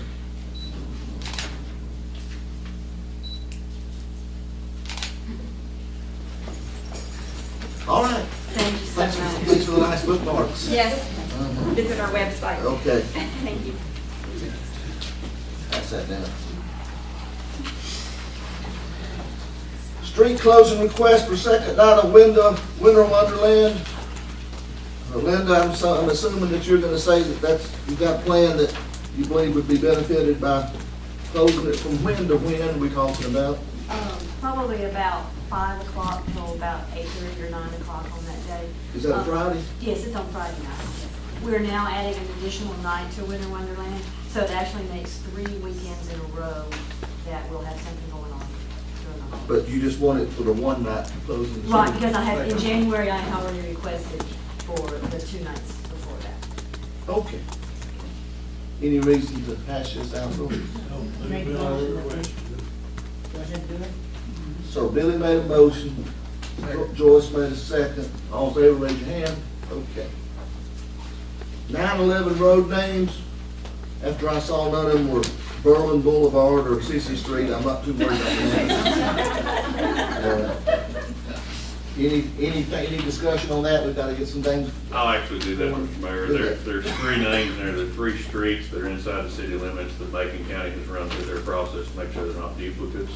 But you all have to have by ordinance the final say-so on those names. And those 3 street names are Tree Line Trail, Harper Lane, and Montress Drive. We just need to approve it, we'll come back to county to approve. Look for a motion. Second. We got a motion, Bill, second, Berlin, all in favor, raise your hand. Okay. Chief Adams, you want to spend some money? I can get the highlights on that to save you a little time, probably too, Mr. Mayor. All right. There's 2 items, 2 sets of items that the chief would like to purchase. He would actually like to purchase those. One of them's a set of tasers, 3 tasers, and then some portable radios for a total of a little over $6,000. He'd like to use the funds out of the state unauthorized substances tax collection fund. Is that correct? Yes, it's not the federal. There's 2 different funds of money. He wants to use it for the state unauthorized substances fund. And basically, we just need the approval to use that money. It has to come from the board. You, Chief, you're satisfied that would be the best use of the limited resources? Yes, it doesn't cost the taxpayers any money, it saves government. Right, but it's just, there's opportunity cost. If we spend it on this, we can't spend it on something else. Right, I think this But will help. you believe- The current budget will really help us out with the radios and tasers. Okay. Mayor, we'll have to amend the budget up revenue-wise plus. But it's still- Expense-wise, yeah. It's a- Neutral. Did you buy all your new cars out of that fund? No, there's not enough money in it. It'd be nice if there was. You're not buying your radios from Berlin, are you? You got the seats you want, What says the board? So moved. Second. Allow it. I've talked to him too. Any discussion? Please. All in favor, raise your hand. Okay. Does that take care of G2? No, no, there's, That's the radio. Police department's also asking for permission to essentially apply for governor's highway safety grant. They have sent essentially their letter of intent in, been recognized with that, and now basically they need the board to approve by resolution their actual application for this grant, and then upon submission of that, the grant will actually be approved. It's a reimbursement basis, so you actually have to do a budget amendment for that one if you approve it, so you have the revenue expenditure on that. His list of equipment is in here, which I'm sure they can explain way better than I can. 14,200, I believe. No match, it's all, it's 100% funded. However, we do have to pay for it up front, and you pay the reimbursement of the funds. And I guess it gets approved before we spend the money. I mean, I guess the grant gets approved before we actually spend money. Oh, I hope so. That's correct. Yes, Okay. it specifically specifies in the grant paperwork, do not spend a cent until you're approved, because that, it won't be reimbursed. Right. And basically, the traffic safety equipment is what we've applied for, it's a 100% grant. And it's, it consists of a light generator tower with those big 12-foot spotlights that come up. And we utilize those for road nighttime checkpoints, for after hours community events such as we light up the highway during 4th of July. We have to borrow counties for that. And then there's money set forth for an equipment trailer, which you can haul some other items we're getting. I'll just get to that, is a basically 40, 55 mile per hour approved cones with reflective stripes and sign packages, basically warning signs with the easels and all, for warning that checkpoints ahead, prepare to stop, such as that. And it's a two-pronged thing. It makes our officers safer out on the road, gets us to do more some of these nighttime checkpoints and stuff like that to get alcohol violators, speeders, stuff like that off the road. So it works out pretty good to have that traffic safety equipment. And it's our first time applying for a grant with Government Highway Safety, and it's called, basically, it's like a startup grant for traffic safety equipment. Why is it the first time? Well, I dare to say I asked for permission to apply for a grant and was given. All right. But, questions from the board? Motion? So moved. Bob, motion, Sissy, second. All in favor, raise your hand. Okay. Update on the street ranking system. Mr. Mayor, in your agenda package, you received a ranking system where all the streets have been surveyed and evaluated based on their current condition, usage, maintenance, and some consideration in there. And basically, we developed a summary of already made some decisions. I've had some conversation with the streets committee, and we're getting to the point where we're going to be out of paving weather very quickly. So we've already made some decisions to pave some streets and to get started on this process. And then once we get through these, we'll evaluate where we're at after that. And basically, just to inform the board, we picked a couple of different categories. We picked West Main Street, which is a busy through street, and it had the worst current condition of any one we had up there. It had 4. So we're actually going to repave West Main Street all the way from the intersection there below the old town hall, all the way to the stop sign to the other end, and that'll probably start hopefully next week. You gotta mill it first. It'll be milled down and repaved, so it'll match the curb and gutters once we replace the curb and gutter. So that's a busy through street that we're gonna work on. We picked Dearman Terrace, which was it was rated a 4, which was the worst condition we had for a small residential street. There's only about 3 or 4 houses actually on Dearman Terrace, but that road's in extremely bad shape, so we decided to do small residential street. We're going to redo Perry Street, which was the first 4 in current condition you come to, where we've actually went in and replaced the sewer line. We essentially caused it to be a 4, so that was the highest ranked one that we had caused damage on. So we're going to do Perry Street, and it should have started today, but of course we got rained out this morning. And we're also going to pave about 160 feet of North Womack Street, which is the very upper end that's still gravel, has never been paved. So we're going to pave that section. So we're going to do 4 streets. We caught a busy one, a residential, one that we messed up, and one that hadn't been paved. We're just trying to spread the categories out. And we got PAL bill monies. We got PAL bill money to cover that. The whole expense for those 4 streets will be just a tad over $170,000, and we've got 520 budgeted this year. We're due to get. We got 62,000 just in the last stack or 2. And You know, they split it now. They give us half in the fall, and then we'll get another. Didn't we benefit from some timing on the big project, West Main Street? We did. The milling company had some extra crews in, and they were just finishing on Harrison Avenue, so basically they'll roll right down the street, get West Main, and move right on. And that allowed them to give us a better price? I would be afraid to answer that, but I certainly hope so. But the price sounded, we didn't get sticker But shock. we were comfortable with the price. Well, great. Questions for Warren? Those rankings are in the agenda package. Jeremy, huh? That's, yeah, two houses on that street. Okay, non-profit funding revision. Warren, Bill, talk about this one. There's one issue we need to clarify, Mr. Mayor. When we got into doing the contracts for nonprofit funding, to clarify the position of the board, we had one contract, there was a little question about the verbiage of who the money was to actually be sent to. It's the Read to Me initiative. And John maybe can answer the question. When we received the contract, and when you go back and look at the application, there is a section in the application that said the Rotary Club of Franklin Charitable Foundation, Inc.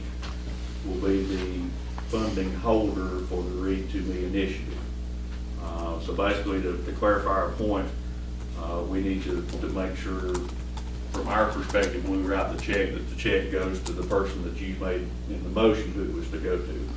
To accomplish that, essentially, we need two motions. We need a motion from you all to reconsider the action that was previously taken, and then concerning the allocation to the nonprofit fund, then we need to clarify who that's going to. So essentially, to start with, if you want to clarify that and feel so inclined, I need the motion to reconsider the action previously taken on the nonprofit fund. Let's get to there first, I believe. Somebody want to make that motion? Sissy made the motion? Okay. Okay. Norland made the second. Any discussion on this procedural vote? All in favor, raise your hand. All right, now what are we talking about? Basically now, at this point, you need a motion to clarify that the funds for the Read to Me project are to be paid to the Rotary Club of Franklin Charitable Foundation, Inc. pursuant to the contract that we have with that entity. Although realistically, we could make a decision as to whether we still wanted to have them on our list. You could.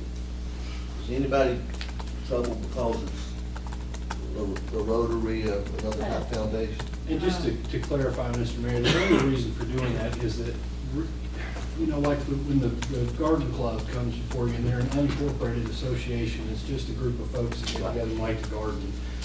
You reimburse them on an after the fact sort of basis, you know, on a receipt type basis. For a group that's gonna have a bunch of funds dedicated to it, that's why we ask if they have a 501c3, and because there is no entity called Read to Me, that's just a name, that's just in quotes. So I feel strongly that the town's contract needs to be with the entity that actually has capacity to hold the money and is an incorporated nonprofit. So that's why we got to. And we agree with that too. That's why we want you to clarify that, so that particularly when audit time comes around, we have administered those funds to the same person that you told us to give it to. The motion says Read to Me. It doesn't say anything about the Rotary Club. So what would be an appropriate motion if we were so inclined? To clarify the action from the September 23rd, 2013 continuation meeting, that the funds dedicated to the Read to Me project are to be paid to the Rotary Club of Franklin Charitable Foundation, Inc. It's actually it's the September 3rd meeting, because that continuation meeting is all one. Yes, that's right. I so move what John said. All right, so got a motion? Second. Carol's got a second. Is there discussion? All in favor, raise your hand. Any opposed? Interlocal agreement for the hazmat trailer. Mr. Mayor, I had tasked some of my staff at the fire department to develop a hazardous materials response program for the fire department.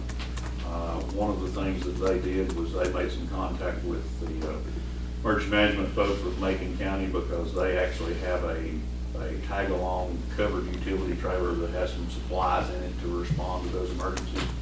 And in doing so, basically there was some conversation back and forth that they really weren't utilizing it to its fullest extent at the moment, and Franklin Fire and Rescue was willing to step up and utilize it and actually increase the capacity of it a little. And basically what this is a interlocal agreement to allow the county manager and myself to enter into this agreement.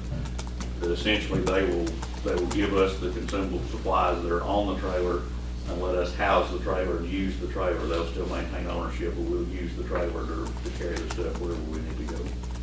Win-win, It is, Mr. Mayor. says the board. Make a motion. Is there a second? Second. Discussion. Sounds like a good plan to me, utilizing resources. All in favor, raise your hand. Okay. Who's going to Hickory? Joyce? Joyce, Bob, and I. Who wants to be the voter? Mr. Mayor, Joyce, you've never had the pleasure, the Oh, pure joy of sitting there for 3 hours and listening to people like me complain. I nominate you to be the deputy. No, I'm nominating you.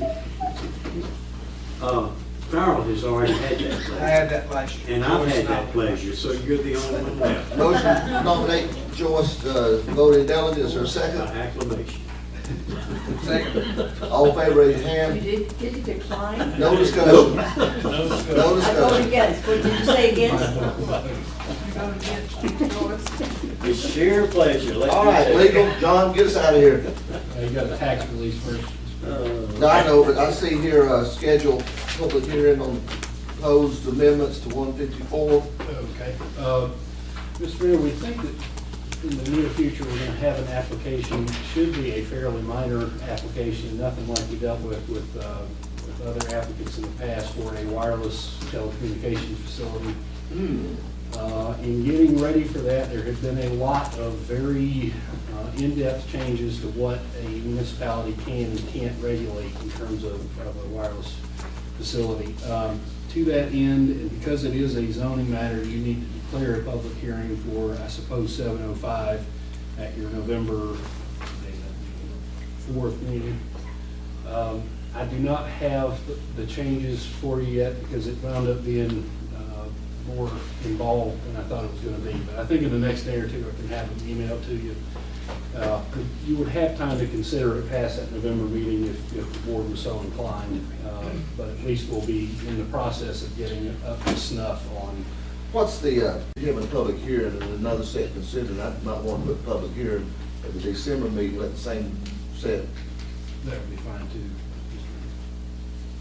No, you know what I'm Just saying? so long as we've got something in motion to be able to That express. that any would fit applicants. the December meeting, I think, better, wouldn't it? Or would it, now? Or is this just a formality? Do we have anything pending at the moment, Derek, that's going to create issues? No, we've been discussing it with that particular cell tower company, but they've not formally submitted an application at this time. It may be better to go ahead and do it in November. There's not going to be anybody here to talk much about it anyway. Let's just do it. Yeah. So is that a motion? Yes, sir. What, 7:05 on November 4th? On November 4th. Is there a second? All in favor, raise your hand. Oh, excuse me, Bill, you had discussion. Well, I just thought, you and I had said something about maybe switching around a little bit on that time, so, I think this would be one that we could take care of very quick. I don't think we would need to, yeah. Most of the changes, I mean, of course, I want you to be involved and as informed as you want to be about this thing, but it's pretty hyper-technical, and it's pretty much handed down to you, the state saying, and the federal government saying, you can't regulate this stuff anymore, so it's not. So there's a motion then schedule public hearing on this issue for the November 4th meeting at 7:05. Is there a second? There would have been a second. There was a second. Merlin second. Any further discussion? All in favor, raise your hand. Okay. What do you got revisions of 110 now, John? Mr. Mayor, that is simply a fairly simple amendment to add to Chapter 110, which is privileged licenses, a practice that the town's been involved in for a long time, as long as I've been aware of. Honestly, I was a little surprised that it wasn't encoded. Yeah, it should be in Chapter 110 that compliance with your UDO is required for the privilege of conducting a business and having a business license to do so. That's a court-vetted practice and one that as I say, it's been the practice in the town, it just hasn't been formalized in ordinances. And I think this is just the formality of adding it to your code.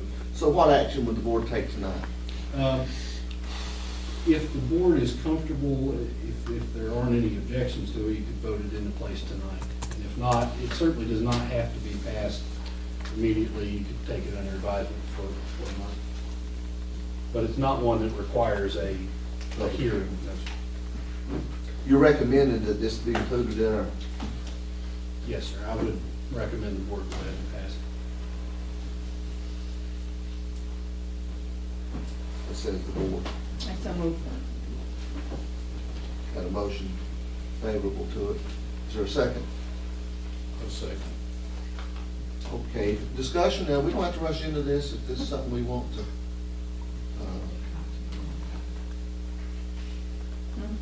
Like to know more about it. Okay, How do you feel about it, John? Again, it's, I think it's been actually in practice that applications for privilege. The idea is somebody comes in with an application that says, I want to sell widgets on, XYZ Street. Before they can get the privilege license to conduct that business, it has to go by your zoning department first, where it'll get a stamp, yes, they are in compliance with zoning to be able to conduct that business there, or if they're not, they can't have the privilege license. Again, there was a dog grooming business years ago where they started out in correct zoning and they moved to incorrect zoning, and we revoked their privilege license on that basis. So again, it's been the practice for quite some time. It's just not been codified as it should be. I think that's pretty self-explanatory. I think it is. Yes. I think it is. So, and we're doing it now. I mean, We could do it right now. We could, we should. But be we're doing we it. should be In doing practice, it. we're In doing it. practice, we're doing it. In practice, Yeah. we're doing it. Thank you. So we need actually in the code to make sure we do it, and that makes it fair to everyone. I'm pretty sure I see what you're saying. Yes. Any further discussion? All in favor, raise your hand. Opposed, okay. How we doing? Tax release. Tax release. Actually, Mr. Mayor, you don't even need to vote on that one. When I looked at this, when I looked at the numbers, and thought it had to be over the $100 amount, but actually, the county made an error on a parcel property, account number 49765, on assessed value of $1,132. They asked for that to be released, and when you actually calculate the tax owed, it's $2.83. So you don't need it. I could have done that before. So you don't I have was to- working off this earlier agenda. information. Anything else? Bob, what you got? Mr. Mayor, I don't know if this would be appropriate or not, but I was wondering if this board might consider sending a letter to U.S. Representative Martin Meadows about what's going on with the closure of the government. The Pisgah Inn, today, some members of the hiking club told me that the Forest Service told them they could not do any maintenance on the trail while the government is closed because who knows? But these are volunteers that have been told to stay home off of government property. The restrooms, I heard some ladies complaining they'd gone to Warrior Ball and they locked up the restrooms. You could go to the tower, but you couldn't use, now the trees were still available. I want to make that clear. And I got an email today that the FBI National Academy, people that had been waiting years to get there within the middle of the class, they were all sent home. That they'd been waiting years to get involved. I just feel like, I don't know if they do any good or not, but Representative Meadows has on one hand said he's not, but on the other hand, it's been said he was one of the architects of the shutdown. I was just wondering if this board might consider a letter urging them to get this darn thing settled one way or the other. Get people back to work, because I think it's hurting us economically. So would the focus of your letter be the Forest Service or what? No. To get this whole shutdown taken care of, come to some kind of compromise, do something, but I'm not sure how much longer the country can stand this foolishness of shutting down. Things like the volunteers can't go work in the National Forest or parks. They got no place for them to park up there because they blocked off all the. Have they really? Oh, I didn't know that. All the federal parking areas were closed, and even the ones alongside the road, they put cones in them. Well, there may be one blessing. It might be running everybody into Franklin. So. I don't know. We'll go ahead, who wants to discuss this? I mean, certainly willing to, what does the board think? I've already sent my personal letter. Well, I have too. I have too. Bob has a valid point, you know, like he says, I don't know if it will do any good, but. I kind of think this is really more in the line of, we each personally should make that effort as opposed to it being a decision collectively coming, because I'm not sure what we would be saying, and would we be taking a side, and do we want to take a side? I don't know if you have the same luck as I did personally. Nothing. I've called and I've written nothing. They can't work to respond. But we collectively have some clout, I think, as the town board. I don't disagree. I don't disagree, And but I just think it would be a simple letter just urging Representative Meadows to please move in some direction to get this thing settled one way or the other. That's sort of the way I see it. well, and that's fair. That's fair. I want to get some feedback. Outside person give feedback? No? Oh. Don't take and bang all their heads together. String them up. I mean, what it would mean is that somebody would have to draft a letter, and the letter would have to get passed around to all of us to give some idea that that's what we are comfortable with. It's not, it's all in the wording. I will volunteer to draft a letter. If council will allow me to send it to the board members. You really don't need to be having discussion about it outside of by email or, Well, what if we send it to the media too at the same time? Would that keep us? Well, I really don't think we can vote on anything tonight because we have to see the letter. If there's a letter presented, and Bobby, if you're asking if you're wanting the. We don't run afoul of the public records law. That's what I was concerned about. Can I send it out to the board members? Why don't you call me when you got something ready? Okay. Okay. I don't need prison handcuffs. What else? I wouldn't be able to be a delegate if we arrested you. I might arrest you. All right, now we're going to get out of it. Good meeting, we'll be adjourned. You're not getting out of this. Can't get forward, Kate.